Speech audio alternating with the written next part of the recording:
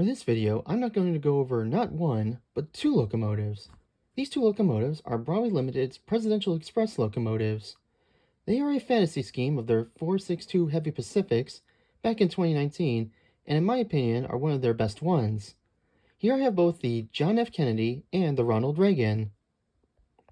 Now normally in this part of the video, I would give a brief history on the real-life counterpart. That being said, since these are fantasy schemes, there is no real history for a locomotive in this scheme, so we'll skip the history lesson. The packaging of these locomotives is the late Paragon 3 version. They each come in a thin black box with the BLI logo and Paragon 3 info. On the length sides of the box, we have some product info and the BLI Paragon 3 logo. On the width sides, we have more product info and an illustration of the loco. The box can be opened by first taking the lid off. Inside, we have a thin layer of foam with some paperwork. Underneath the foam, we have the loco secured in a plastic wrap and a container. To get the loco out, pull out the box out of the foam and then slide the plastic clap out of the box. Pop the tab off at the front end and carefully lift the lid off, and now you can pull the loco out. Also included is a rod screwdriver and extra traction tires. The paint schemes on each locomotive are identical, with the only difference being that the Kennedy is blue while the Reagan is red. To start off, the wheels are painted in their respective color for the locomotive. The leading wheels are the color of the train with white wall tires. The driving wheels are the same, but they have gold lining on the spokes. The trailing wheels, however, are unpainted. Again, like all Broadway locos, the axles aren't painted. The pistons have the same color for their locos, with the President's seal printed in gold. On each end of the cylinders are painted in silver, and on the front cylinders we have gold stars. The rest of the underbody is painted in black. On the top of the loco, the boiler is painted blue for the Kennedy and red for the Reagan, while wrapped in a gold banding. The domes on top of the boiler are all painted black, and sitting beneath the boiler, the running board is black on the top, with gold lining running across. The cab in the back has the main color, with a black and gold stripe at the bottom. In the stripe, we have the loco number 35 for Kennedy and 40 for Reagan with gold stars. This represents Kennedy being the 35th president, while Reagan being the 40th president. The cab window is lined in gold, and the roof is painted black. On the front of the loco, the smoke box is painted in a dark gray with a printed builder's plate on each side. On the front of the smoke box, we have a black headlight with the number of the loco printed in white on the sides, while the number plate below is printed in gold. The pilot is painted black, but at the top we have a gold print with the bottom of the pilot lined in gold. Moving on to the tender is painted the same as the loco. On both sides of the tender, we have the stripe from the cab continuing down to the bottom of the tender.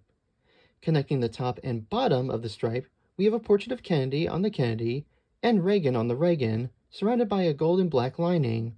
The rest of the stripe on the tender has gold stars. Above the stripe, we have the President's name and Presidential Limited printed in gold. Behind the tender, we have the stripe continuing to wrap around on the bottom. In gold printing from top to bottom, we have the loco number, President's name, 35th or 40th, President of the United States, and in the black stripes, the years they served. As for the top and bottom of the tender, they are both painted black. These locos have very intricate paint schemes that really help them stand out on any layout, and why I believe they are one of Broadway Limited's best. As for details, to start off, both the locomotive and tender are made of plastic, but the locomotive has a die-cast chassis to give it a hefty amount of weight. Starting at the bottom of the loco, on the left side, we have separately applied piping and pumps made of plastic. On the right side, we just have separately applied piping. The trailing truck is also made of plastic, but has nicely molded detail. Underneath the driving wheels, we also have separately applied brake work, and the back driving wheels have traction tires. Moving up to the boiler, on the body, we have molded in pipes and a separately applied handrail. On the top of the boiler, we have a few separately applied parts, such as the dynamo, whistle, and these parts in the back. On the sides of the boiler, the running boards are both nicely etched.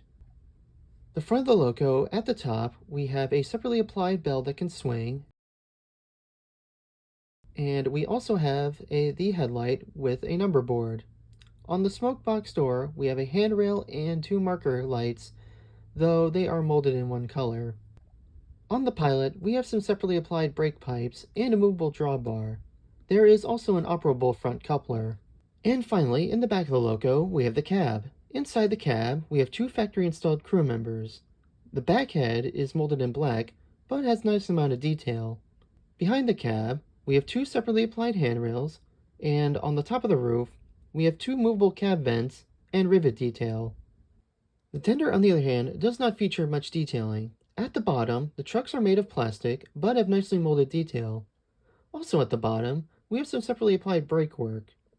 On the front and back, we have step ladders. On the front of the tender, we have two separately applied handrails. Other than that, there is some rivet detail, but not much else. On the sides, we have molded in rivet detail, and in the back of the tender, we have more molded rivet detail with separately applied handrails and a ladder. Near the coupler, we have a movable drawbar, and at the top of the tender, we have molded coal load, rivet detail, and a separately applied hatch. For lighting, the only lighting feature there is an operable headlight at the front.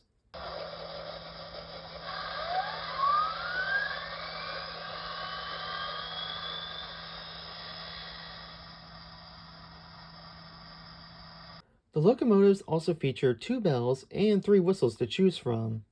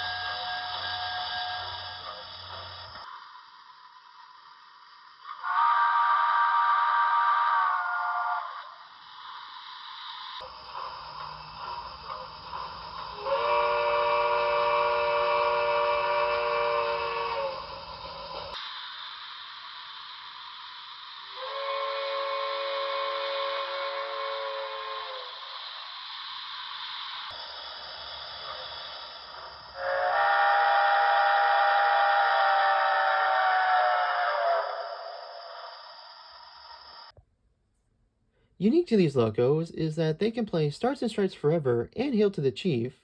Stars and Stripes can be played by pressing F4, while Hail to the Chief can be played with F7. For this, I will be playing both songs in full.